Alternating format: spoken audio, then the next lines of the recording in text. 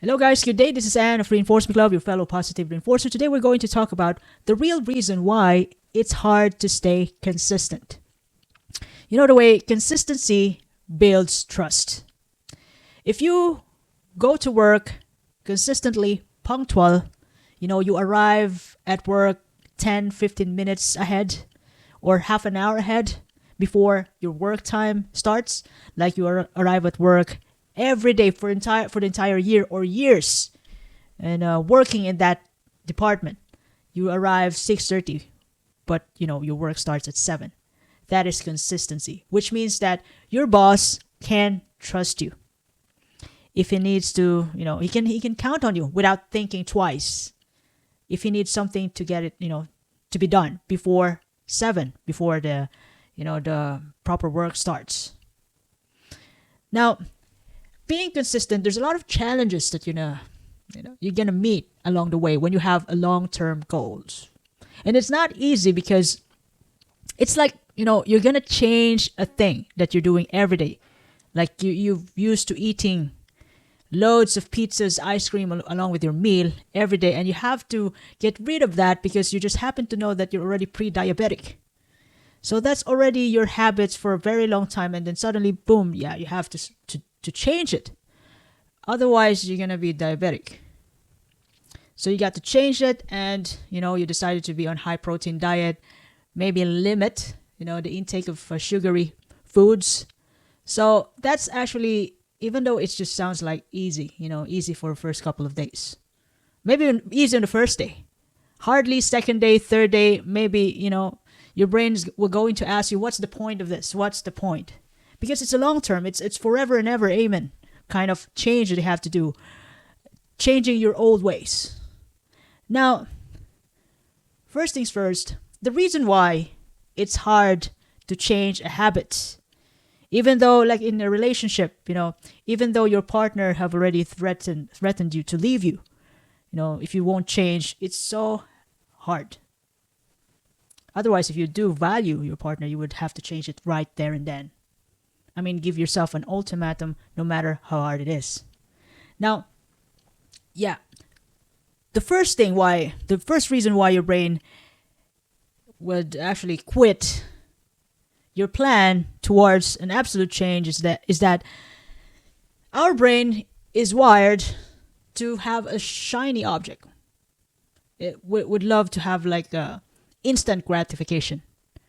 Our brain loves excitement. But when you do a thing consistently, the same thing, the same quality of work, so you can achieve this, you can get this particular result in a year or 2 years, your brain gets bored. Repetition is boring. Even though that is necessary, that is good for you, it is still boring. Once again, when your mind will ask you, I mean, what's the point of this? It's boring. Maybe we could just get something new, and go back to the old ways. What about that? And another reason is that motivation. You can't rely on motivation because motivation is just merely feeling. It's tied to emotion, and our emotion is absolutely up and down. In real life, I'm talking about, when you're tired, when you're bored and stressed out, and then you don't want to do anything. Today I feel like I'm not doing anything. But you got to go to the gym to work out. That's what you promised yourself to do. Let's just say 3 months ago, you've consistently go to the gym 3 or 4 times a week or every day. And then there you go on the third month, what a wonderful Monday that you're stressed out from work. And then you ask yourself, I'm too tired. Yeah, you're stressed out. But then you promise yourself, look, I'm a kind of person who goes to the gym every day. And then there you go. Tiredness, stress hit you. What are you going to do about that? And then along with that, motivation drops. So it's real life. It's real thing. And another thing, the third one is that our old habits will always fight back the old you versus the new you. Our old routines of comfort, even though when they don't serve us anymore, they still going to creep in. When you're stressed, when you're bored, when you're tired, they're still trying to sell you a Netflix episode instead of going to the gym. That old you will still be happy to sell you a pizza, to order a pizza online because it's easier and it's a payday. And payday, you have loads of extra money. Why can't you just have another pizza today? Since you have a pizza yesterday, maybe we could try another flavor today. And there you go. You've ruined your diet plan. And change, when you get used to your old ways, change means dragging a stubborn donkey up to hill. It's hard. Unless you really, it's an ultimatum to yourself. It's a do or die thing. But other people don't seem to see, they need more heavy, blatant, vigilant reason why they have to change. And most of the people that they don't seem to see the reason why, even myself, sometimes it's hard to change. And lastly, talking about long-term goals, and you have to be consistently doing a thing. Even in investing, you invest, like, for example, I invest in a S&P 500 consistently, 100 or 100 euro just as for a good try, 100 euro per month consistently. But it's not a bother. It didn't even, at the moment, I wasn't tempted to not put in the money at the moment. For the entire 20 years, imagine how boring is that? But, when you give yourself a promise, and it's easy, it's a no-brainer to do it, then it's possible. But let's just say going to the gym every day, oh my gosh, that's a heavy job. Given that you have other responsibilities. So, in that way, like for example, you've seemed to gain like 10 kilos for, after going to the gym for 2 years, suddenly you realize you've gained 10 kilos. This is just for the sake of example. And then you want to change. You want to work out more and do the diet. Go back to the old you that you created. The 2 years of workout and diet. You want to go back. And you see, in the first few weeks, you wouldn't see the result. Even though you consistently, you stick to your diet and you go to the gym, you work out, you run. Not necessarily you have to go to the gym. But then you still haven't seen the result. Maybe you lose 9 kilos, 3 kilos, sorry about that. You lose 1 kilo after 2 weeks, or after 4 weeks, you've lost 3 kilos out of 10 kilos that you've gained, weight. So you wouldn't see the result immediately. And as I've mentioned earlier, our brain loves to have instant gratification. And if you don't see the invisible progress, that's why it's invisible, you're going to get disappointed and you're going to ask yourself again, what's the point? So that's how hard it is. It's not, you're going to have a fight against yourself. Now, I have few suggestions on how to fix this though. And the most important suggestion, it's not the basic, but it's also a hardcore suggestion.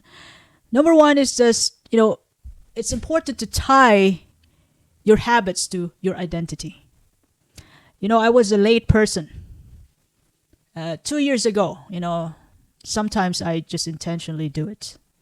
But then there was something happened to me that I missed an opportunity, and I told myself I don't want to be late anymore going to work. So, yeah. For last year, I was only late once. This year, at the moment, I was late twice for important reasons, which is reasonable. But most of the time, I arrive to work like 10 minutes, 15 minutes before I'm already there. Change, and I'm there, ready for action. So, yeah. And it wasn't easy because you have to wake up early. But then it's the same thing though. If I wake up late and early, it's the same thing. I still have to wake up. That sounds funny. But I actually, told myself that, look, I'm a punctual worker. I'm a punctual nurse. I am punctual. And you could tell yourself, like tying your identity to your habits, you could say to yourself, I am the kind of person who goes to the gym 3 to 4 times a week, or I'm the kind of person who loves, who loves high protein diet. Or you could tell yourself, I'm a kind of person who loves to bring flowers to my partner, to my girlfriend. So you could, it's also a good way to remind yourself every day about that. And that's not motivation. That's an effort for you to remember who you are. That's why it's important to tie your habits to your identity. Like, I am a punctual nurse. I'm a punctual employee. I am a lover who brings flowers to my girlfriend, who loves bring flowers to my girlfriend every Sunday. You got to be particular with the time and date. And the next thing that I would suggest is, it's way better to create a system instead of relying on your motivation to do the main thing. Like, if your main thing is going to work out 3 to 4 times a week, then there will come a time that it's really hard to drag yourself to go to the gym because it's cozy at home. Because, you still love cuddle. You still want more cuddle. Or you just don't want to do anything. So a system will help you drag yourself, do the most important thing. If you're on day off, or when you have the opportunity to go to the gym, just get that opportunity to get yourself to the gym.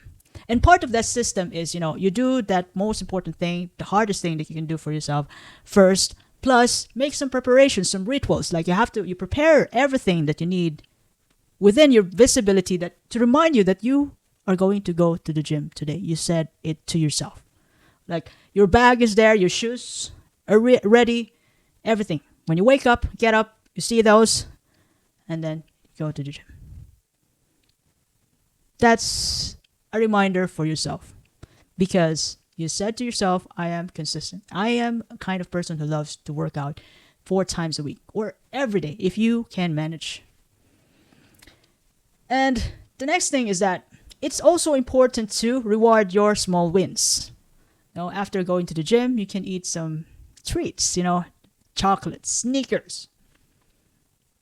Or after you religiously followed your high protein diet from Monday to Saturday, maybe you give yourself a cup of ice cream on Sunday. Just one day. Reward yourself. Never forget to reward yourself. Because, as I've mentioned earlier, our brain loves excitement. If you take away that excitement, I can't imagine what change is that. Like, that would be a awful change. Like, you're gonna miss your old self. So you give yourself a reward, for the dopamine. And lastly, when you decided to make a change, maybe you might want to consider lowering the entry bar. Make it a no-brainer action. Or you can start something easy. Like, if you want to go to the gym, okay, every morning I want to drink a glass of water when I wake up, when I get up. And that's easy. And when I get up, and after that, I grab my bag and go to the gym. And then the next day drink some water, glass of water, and go to the gym. So you associate the easy to the main thing that you really want to do, that you promise yourself that you're going to do. And in that way, when you do the things that you're going to do, that you tell yourself that you're going to do, in that way, it means that you can rely on yourself. When you look after yourself, it means that you are a reliable person, you are trustworthy, because you've already showed to yourself that you are trustworthy. And then after that, other people can see that too. So it's just a reflection from inside out. So I hope I shared something valuable today. If you ever love this episode, you can share this to your family and friends. You can follow me in YouTube, Facebook, Spotify, Apple Podcasts, Amazon Music, even in X. Reinforce Me Club. By the way, this is Ann, your fellow positive reinforcer. I do appreciate your time, and have a lovely day ahead. Thank you.